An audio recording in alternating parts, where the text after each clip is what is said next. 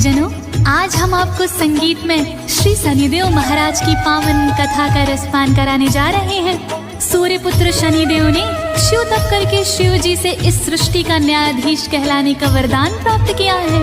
एक पौराणिक गाथा जो बड़ी ही मन भावन और अति पावन है, जिसका रसपान करने से शनिदेव की कृपा प्राप्त होती है और जीवन में खुशहाली आती है। बोलिए छायानंदन की जय हो। छायानंदन की सदा करता जो जयकार, उसका जीवन तो कभी नाटकी मझधार। कोटिश नमन है आपको सूर्य पुत्र लखवार, प्रेम तनय का हे प्रभु दे दो हमें वरदान। शनिदेव सरकार कर दो अब उद्धार, शनिदेव सरकार कर दो अब उद्धार।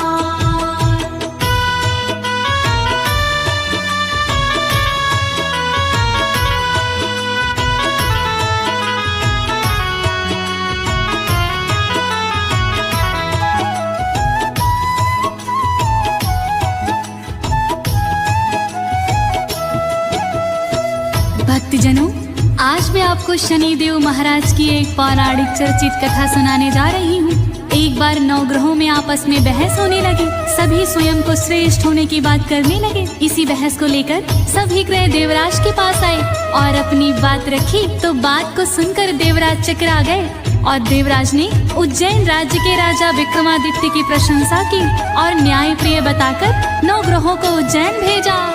9 ग्रहों का भूप ने किया है फिर सम्मान, अपनी बात का फिर ग्रह करने लगे बखान। बात को सुनकर भूप ने युक्ति एक बनाए, 9 धातुओं के आसन राजा रहे बनाए। शनिदेव सरकार कर दो अब उद्धार, शनिदेव सरकार कर दो अब उद्धार।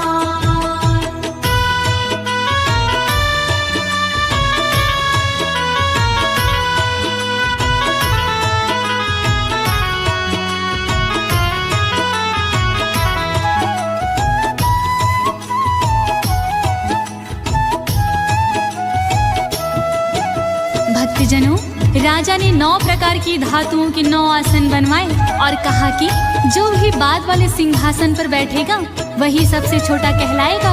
सभी ग्रहों को आसन डाले जाते हैं। ग्रह अपने क्रम के अनुसार बैठने लगते हैं। शनिदेव का बाद में आसन आता है, जिसे पाकर शनिदेव राजा पर क्रोधित हो जाते हैं। फिर क्या हुआ, आइए सुनते हैं।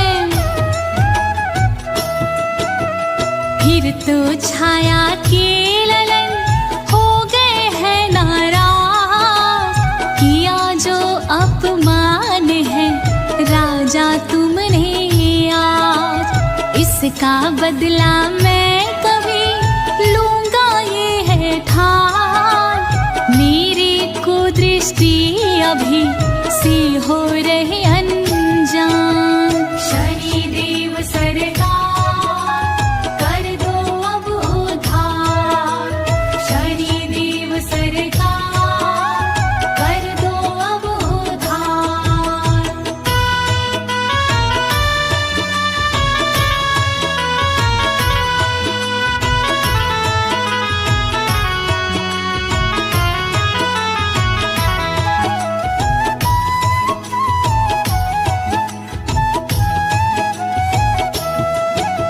भक्तजनों, धीरे धीरे सभी ग्रह उज्जैन से प्रस्थान कर जाते हैं। काफी समय बाद शनिदेव राजा विक्रमादित्य की राशि पर 7.5 के रूप में घोड़े का व्यापारी बन के आ जाते हैं और आवाज लगाते हैं। तभी राजा एक अश्व को पसंद कर उनकी पीठ पर बैठते हैं और वो देखते देखते उड़ने लगता है और एक घने जंगल में जाकर गिरा देता है और वो अश्व गायब हो जाता है। फिर सुनिए क्या होता है। चलते चलते भूप फिर भटक गए हैं राह, एक सेठ के पास फिर राजा गए हैं सेठ का धंधा आज तो चला है अति जोर सेठ जी लेकर भूप को चले हैं घर की ओर शनिदेव सरकार कर दो अब उधार शनिदेव सरकार कर दो अब उधार।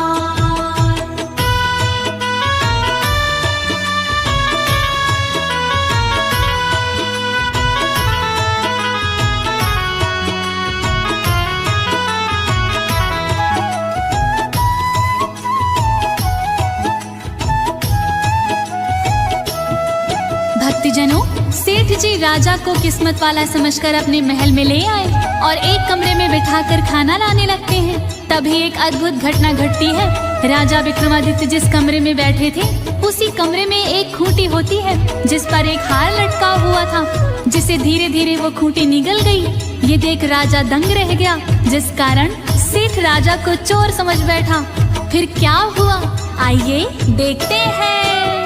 फिर तो सेठ ने भूप को समझ लिया है चोर, हार चुराया आपने किया है फिर तो शोर। सेठ जी पाने न्याय को आए हैं दरबार, लेकर विक्रमादित्य को करने लगे गुहार। शनिदेव सरकार कर दो अब उधार शनिदेव सरकार कर दो अब उधार।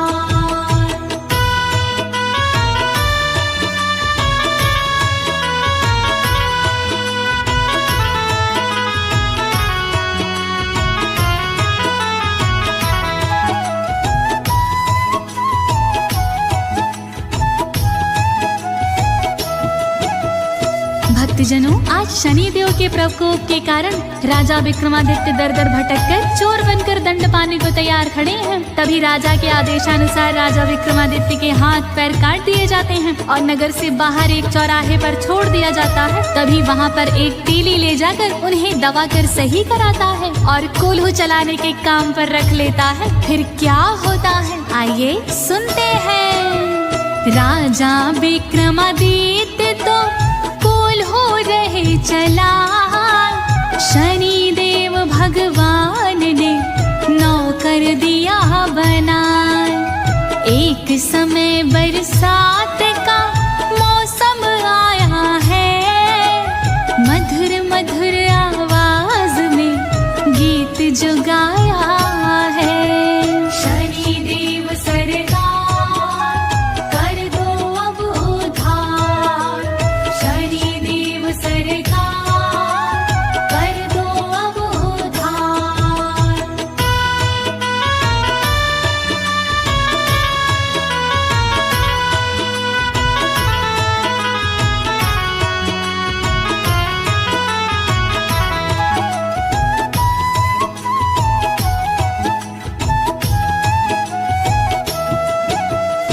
प्रिय भक्तजनों, राजा विक्रमादित्य की आवाज को सुनकर उस राज्य की राजकुमारी ने सुना तो वह राजा के पास आई और राजा से पूछा, क्या आपने इस गीत को गाया है? तभी राजा ने हाँ में उत्तर दिया।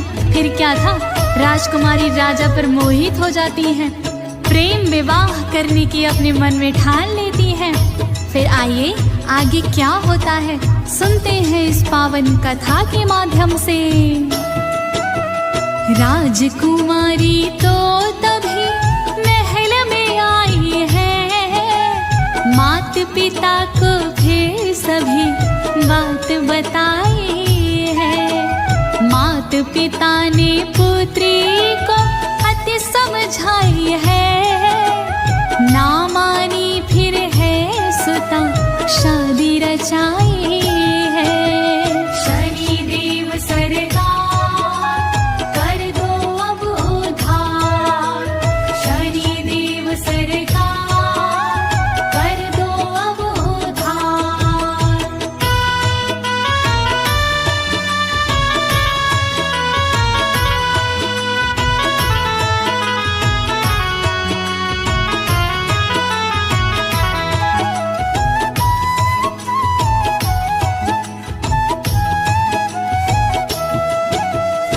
प्रिय भक्तों, राजकुमारी शादी करके तेली के घर आ जाती हैं और फिर उसी रात्रि शनिदेव सपने में आते हैं और अपने बदले के बारे में याद कराते हैं। राजा विक्रमादित्य हाथ जोड़कर क्षमा मांगते हैं और शनिदेव प्रसन्न होकर राजा के हाथ पैर ठीक कर देते हैं।